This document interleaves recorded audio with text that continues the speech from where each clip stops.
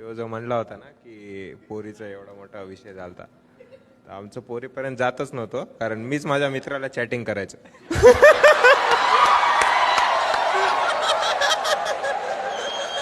Ladies and gentlemen, in the history of internet, we finally found Angel Priya.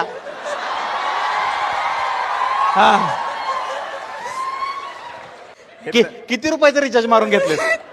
तो विषय असा सुरू झाला होता, त्याला एक मैत्रीण आवडायची शाळेतली. आता त्याला बोलायचं, आता मित्र आहे माझा, मला काळजी वाटायची ना, तर मग मी काय केला होता त्याला चांगलं वाटा म्हणून मी दुसरा नंबर घेतला, त्याला चॅटिंग केला, hi hello how are you. त्यानं म्हणला कोणाचा नंबर आहे, मग मी सांगितलं त्या पोरीचा नंबर आहे. तर त्याने रिचार्ज केला आणि माझे मेसेजेस संपले होते सगळे, चॅटिंग करू कुठे आहेस पिल्लू, काय नाही काय करलं, सगळं चालू होतं. 2-3 दिवसानंतर त्यानं प्रपोज केला मलाच.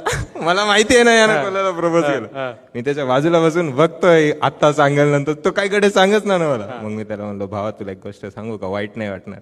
मला सांग ना. शाळेतच होतो. भावा चॅटिंग मीच करत होतो म्हटलं.